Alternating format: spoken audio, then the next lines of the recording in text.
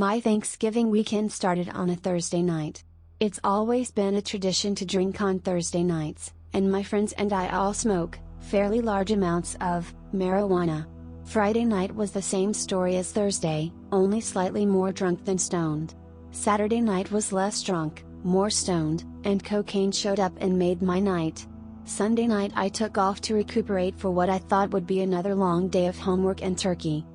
After turkey on Monday, I paid a visit to some friends of mine, L and C. We smoked lots of pot, and I drank my wine and me and C poured a few drinks. It was a really rainy and spooky night out, and at about 1 in the morning, L still hadn't started typing her essay due the next day. C and I agreed to do a tour to the local 24-hour Shoppers Drug Mart downtown to pick up some wake ups, those 100 mg caffeine pills. I asked him kind of in passing whether or not he wanted to try to find something fun to do while we were there. After checking online, we decided on Dimenhydrinate. We were super sketchy in the drugstore, since we walked around for like 15 minutes looking for caffeine pills or gravel, both of which are behind the counter. That was fine, so I bought the wake ups and 2 boxes of generic brand Dimenhydrinate tablets, 50 mg times 10, for $1.99 Canadian, each. On the way out, C told me there was only 10 in each package, so I said he should go buy another. We were taking 15 each, that seemed reasonable. He didn't want to, since the pharmacist wasn't very nice, and she had been giving us ice before while we stammered out excuses for what we were buying. Yeah, kind of like being in grade 4 and getting caught doing stuff. So I go out and light a cig, and he goes back in. Success. We move across the street to the 24-hour McDonald's to get some pop to swig on. We were going to be discreet, really, but instead we just popped them all out of the blister packs on our tray, in front of the workers, and started jamming pills into us. I took 5 at once, then another 3, then 4 more and then the last 3, over the course of 1 to 2 minutes. This was probably close to, if not a little after 2. I bought a cheeseburger, because this was 7 or so hours after my turkey. We got them into us, and C uttered the dreaded phrase, "Well, there's no turning back now." And we disembarked from McDonald's towards home. After about 15 to 20 minutes of walking, I started to feel lightheaded. C voiced this to me, and I burst out with "Me too. But I didn't want you to feel left out, just in case it hadn't hit you yet." And I was glad that we're both kind of buzzing. I looked ahead, and I saw a woman across the street standing in her driveway holding onto a box.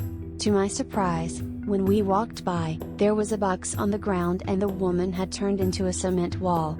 I said this, and C started laughing at me. We were walking up the next street from home, and these streets are all lined with huge 100-plus-year-old oaks. Something about the street lights on the wet leaves made the oaks appear to be lined with white flowers, and this blew my mind. I stopped and looked up, and C and I talked about the flowers, which I told him were leaves, and he talked about the flowers. 5 to 6 minutes later he realized they actually were leaves, no, not flowers. We made it home, me feeling like I was being towed above ground on the sidewalk. I remember walking in the house, and Elle laughing at us because we were just big smiles coming in. I gave her the caffeine pills, and she kept slaving at the essay. Things are a little sketchy from here. I went into the bathroom to pee. I was looking at the tub. This was about an hour after we took them, close to 3 a.m., and it looked like the tub was steaming. The walls all appeared to have a smoky, hazy hue coming off of them as well. I finished peeing and went to report to our sober trip sitter and see what I had seen. I remember sitting at the table in the kitchen, and watching the wallpaper in the kitchen steam. At this point, I retired from the kitchen to allow Elle time to do her homework, and went to play Super Nintendo. I remember it was intensely difficult to stand up, and my arms and hands were extremely heavy feeling. I wasn't tired feeling, per se, just kind of numb and sedated. I made it down the long dark hallway with no mishaps, and jumped on the Nintendo.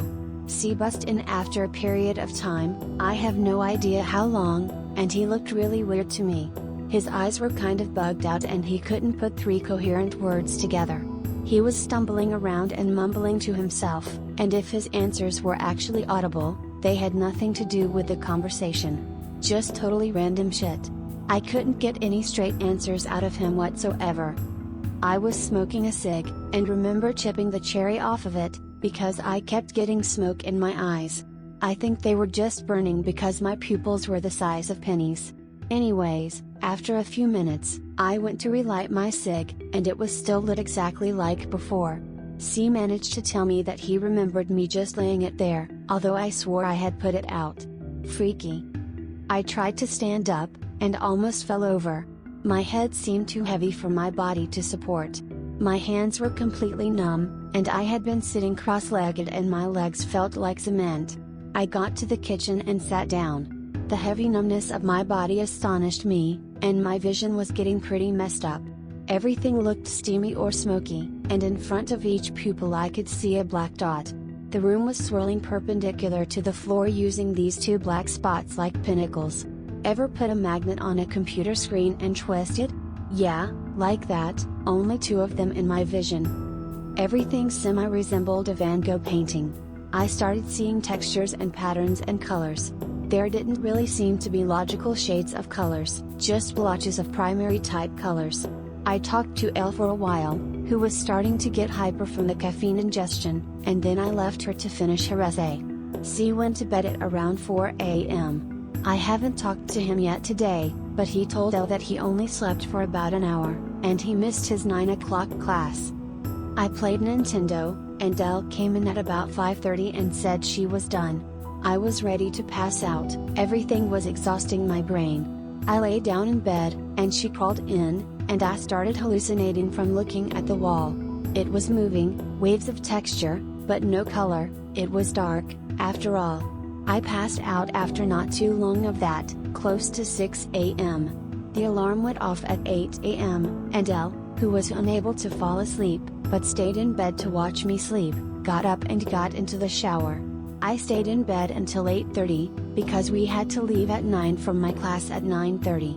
I sat up, feeling slightly hungoverish, that kind of shaky, surreal cloud I'm in if I don't sleep enough after drinking. I sat up, and almost fell over the other side and hit my head. I stood up, and I felt like a horse on brand new legs. I was FUCT. Everything was spinning around and I wasn't talking much sense.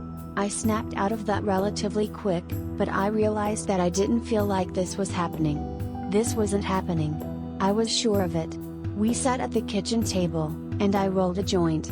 The one thing that can save my ass from any pain from any drug in the morning is pot. That went down really smooth, and it was about 8:55. I needed something, because I was pretty tired, running on 2 hours of sleep, so I took 200 milligrams of caffeine. I don't remember walking to school. I remember leaving the house, because I checked on C before we left, he wasn't going anywhere, and I remember being at school. I didn't have time for a cig before my class, but I'd had 2 or 3 anyway at that point, and I needed to make sure I had a seat in the class. The class was 2 hours. I don't have a clue what anyone said, I was taking notes, but I don't think I can read them. My friend was sitting across the room from me, and she told me that I didn't blink once for almost 10 minutes. She also told me that I was staring at nothing for long periods of time, 20 plus minutes, just buggy-eyed. She said my eyes almost looked like they protruded. I was making direct and constant eye contact with my professor, Polish lady with 2 PhDs who I am intimidated by, for a few minutes, before I realized, blinked and started staring at someone else. She kept looking at me. I couldn't make sense of any language, and I was praying she wouldn't ask me to speak. I tried to talk to my friend from the class, afterwards, but after 2 hours of not speaking, I couldn't really do it. I was trying to say something about something, I still don't know what, and just not making any sense whatsoever. We saw Elle outside, our classes ended at the same time, and she told him how the night had gone. It's now 12:30 a.m. the next day. It took until mid-afternoon for me to feel sobered up, so I popped some more caffeine pills, and here I am,